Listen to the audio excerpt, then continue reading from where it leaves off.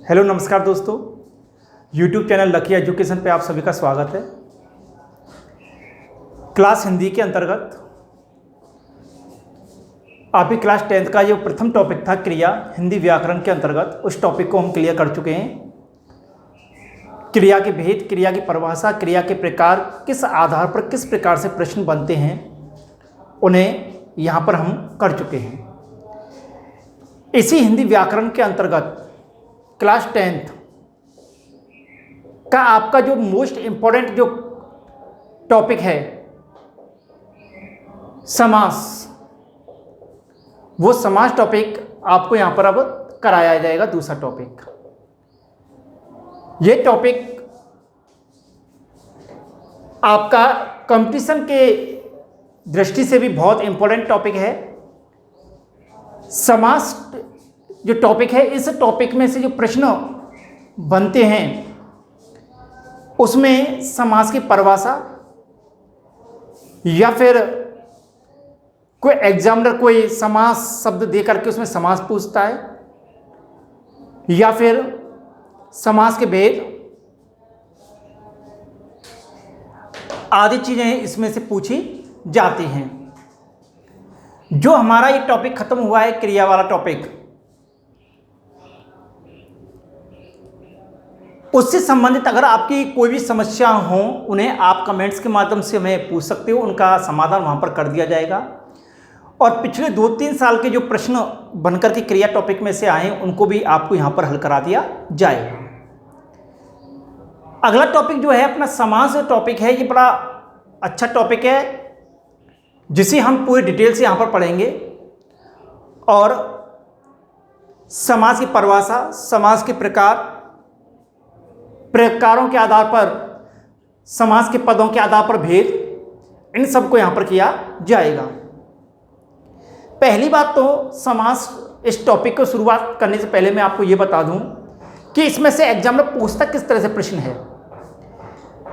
पिछले पेपरों का अध्ययन किया जाए तो उन पेपरों के आधार पर इसमें से जो प्रश्न पूछा गया है,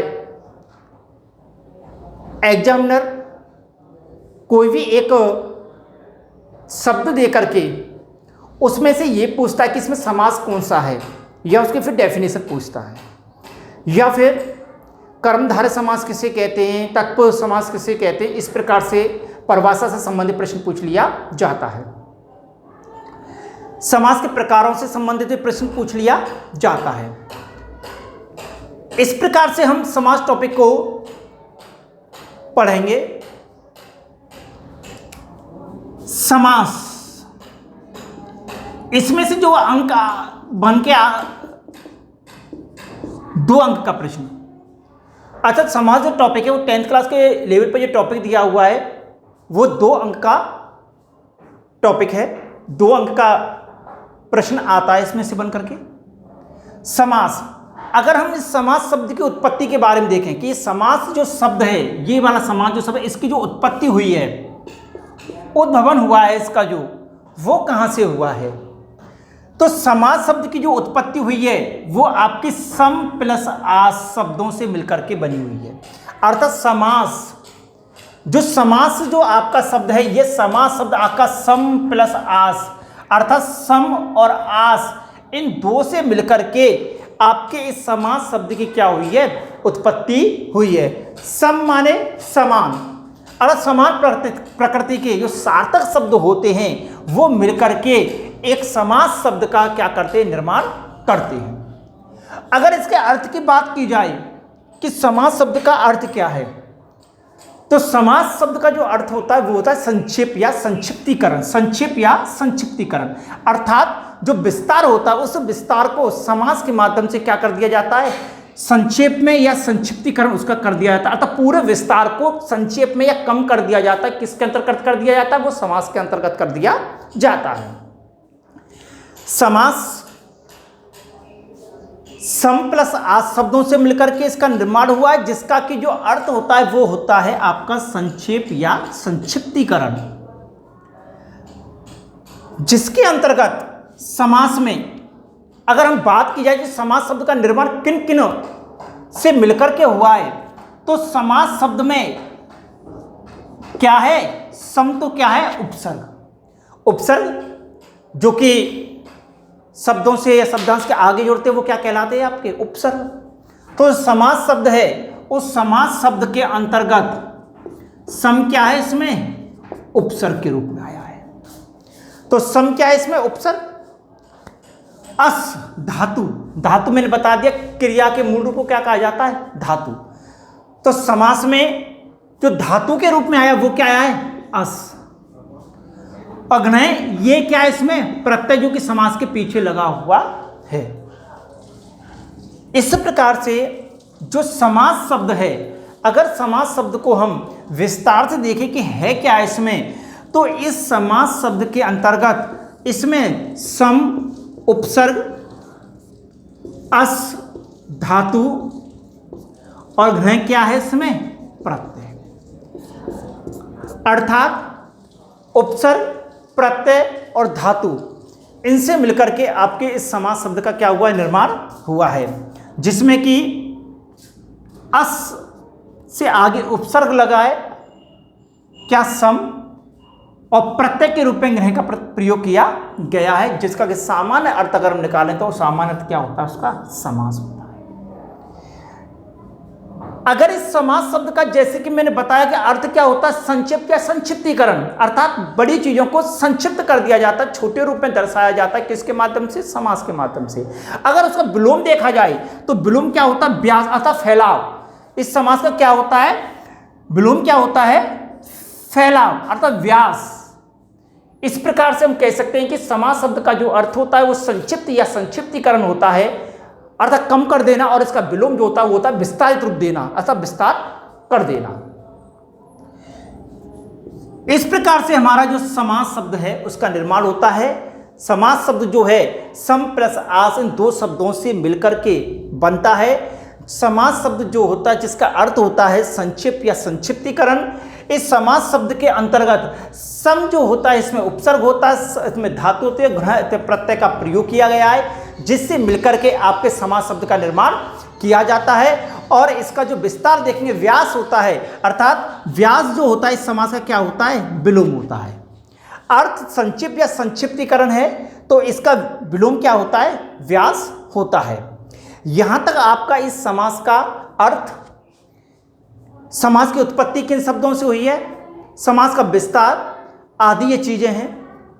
अगर हम समास की परिभाषा की बात करेंगे, समास की परिभाषा क्या है, तो डेफिनेशन ऑफ समास की कि जब दो समान प्रकृति के शब्द, जब दो समान प्रकृति के शब्द, अर्थात समास की परिभाषा के अंतर्गत जब दो समान प्रकृति के शब्द मिलकर के, किसके? समान प्रकृति के, अर्थात समान प्रकृति होनी चाहिए, उनकी धातु, लिंग, वचन जो भी है समान प्रकृति के शब्द मिलकर के किसी तीसरे सार्थक शब्द का निर्माण कर। सार्थक शब्द कैसा शब्द होना चाहिए? सार्थक, अर्थात जिसका कोई ना कोई अर्थ निकलता है, सार्थक शब्द, निरर्थक शब्द नहीं, सार्थक शब्द। कि जब दो समान प्रकृति के शब्द मिलकर के किसी तीसरे सार्थक शब्द का निर्माण करते हैं, अर्थात तीसरे बनने वाला जो शब्द होता है वो शब्द क्या होता है? आपका सार्थक शब्द होता है। उस सार्थक शब्द जब वो दो शब्दों से मिलकर के बनता है तो निर्माण की जो ये प्रक्रिया है क्या कहलाती है? समासीकरण कहलाती है। क्या कहलाती है? समासीकरण। अर्थात जब दो समान प्रकृति के शब्द मिलकर किसी तीसरे सार्थक शब्द का निर्माण करते, दो सार्थक शब्द होंगे, समान प्रकृति के शब्द होंगे, वो दो समान प्रकृति के शब्द मिलकर के किसी तीसरे सार्थक शब्द का, औचित्य शब्द का जब निर्माण करते हैं तो उन शब्दों के निर्माण की जो प्रक्रिया होती है वो हमारी क्या कहलाती है? समासीकरण कहलाती है। अर्थात दो जो शब्द होते हैं उनकी समान प्रकृति होती है, समान प्रकृति के शब्द होते हैं, और इस समान प्रकृति दोनों शब्द मिलकर के एक तीसरे किसका? सार्थक शब्द का निर्माण करते हैं। तो ये पूरी की पूरी प्रक्रिया हमारी क्या कहलाती है? ये हमारी प्रक्रिया समासीकरण के अंतर्गत आती है। लेकिन जो बनने वाला जो तीसरा पद होता है वो क्या कहलाता है? सामासिक पद। कौन सा पद? सामासिक पद। अर्थात पहला शब्द, दूसरा शब्द, ये दोनों शब्द मिलकर के ये दोनों शब्द मिलकर के एक तीसरे सार्थक शब्द का निर्माण करते हैं। कौन सा शब्द? तीसरा शब्द। और ये कैसा होता है तीसरा शब्द? ये सार्थक शब्द होता है। तो दोनों शब्द मिलकर के जब एक तीसरे सार्थक शब्द का निर्माण करते हैं तो ये पूरी की जो पूरी प्रक्रिया होती है यह तो कहलाती आपकी समासीकरण प्रक्रिया कहलाती है। और बनने वाला जो तीसरा जो शब्द होता है वह बनने वाला तीसरा शब्द आपका किसके अंतर्गत आता है? सामासिक पद के अंतर्गत आता है। तो समास की परिभाषा को समझ लें आप कि जब दो समान प्रकृति के शब्द मिलकर के एक तीसरे शब्द का निर्माण करते हैं, एक तीसरे सार्थक शब्द का निर्माण करते हैं, तो निर्माण की यह संपूर्ण जो प्रक्रिया होती है यह संपूर्ण प्रक्रिया आपकी सामासिकरण के अंतर्गत आती है। इसको समासीकरण बोलते हैं। लेकिन इस प्रक्रिया के अंतर्गत जो बनने वाला जो तीसरा शब्द होता है वो तीसरा शब्द आपका सामासिक पद के अंतर्गत आता है। अगर समास के अवयवों की बात करें क्योंकि समास जो होता है उसमें कितने अवयव होते हैं, कितने अवयवों के माध्यम से समास बनता है, तो इसमें सामासिक पद होते हैं और सामासिक विग्रह। अर्थात समास शब्द जो होता है उसका विग्रह करके रूपांतरित किया जाता है। अब अगर समास के प्रकारों की बात करें, यहाँ तक हमने समास के अर्थ, समास शब्द की उत्पत्ति, समास का विलोम, समास का अर्थ, कौन सा उपसर्ग है, कौन सी धातु है, कौन सा प्रत्यय है, समास की परिभाषा, समास के सामासिक पद, इनको देखा। यहाँ के बाद में हमारा जो सबसे इंपॉर्टेंट बात है वो है समास के भेद या समास के प्रकार। एग्जाम की दृष्टि से देखा जाए तो भेद और प्रकारों में क्या होता है? समास के अंतर होता है। भेद और प्रकार। अगर समास के भेदों की बात की जाए, अगर प्रश्न ऐसे आ जाए कि समास के कितने भेद होते हैं तो ज़्यादातर बच्चे इसको 6 कर देते हैं। अगर समास के भेद 6 ना होकर के कितने होते हैं? समास के भेद 4 होते हैं। अर्थात भेदों के रूप में अगर समासों को देखा जाए तो समास के भेद आपके 4 होते हैं कि पदों की प्रधानता के आधार पर। किसके आधार पर? पदों की प्रधानता के आधार पर समास के 4 भेद होते हैं। पदों की प्रधानता के आधार से यह होता है कि समास टॉपिक के अंतर्गत जो पदों की प्रधानता के आधार पर शब्दों का निर्माण होता है वो 4 प्रकार से होते हैं। इसमें 4 ही स्थितियां बनती हैं। या तो पहला पद प्रधान होता है, या फिर दूसरा पद प्रधान होता है, या फिर दोनों पद प्रधान होते हैं, या फिर कोई सा भी पद प्रधान नहीं होता है।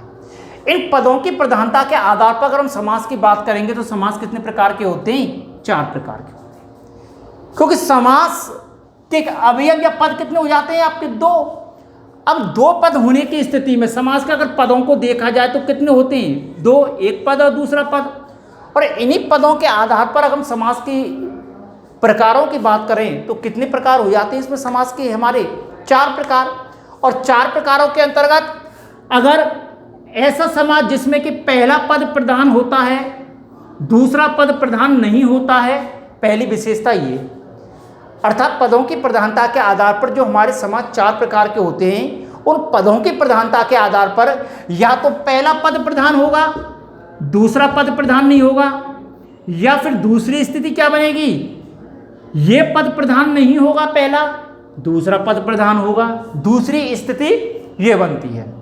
या फिर ये पद प्रधान होगा और ये पद भी प्रधान होगा, तीसरी स्थिति हमारी ये बनती है।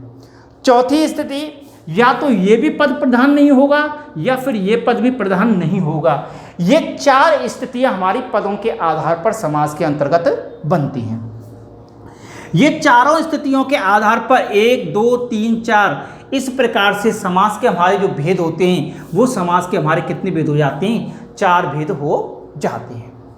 और अगर समास के प्रकारों की बात की जाए, समास के प्रकारों की बात की जाए तो समास के जो प्रकार होते हैं वो कितने होते हैं? 6 प्रकार होते हैं। कितने प्रकार होते हैं? 6 प्रकार होते हैं।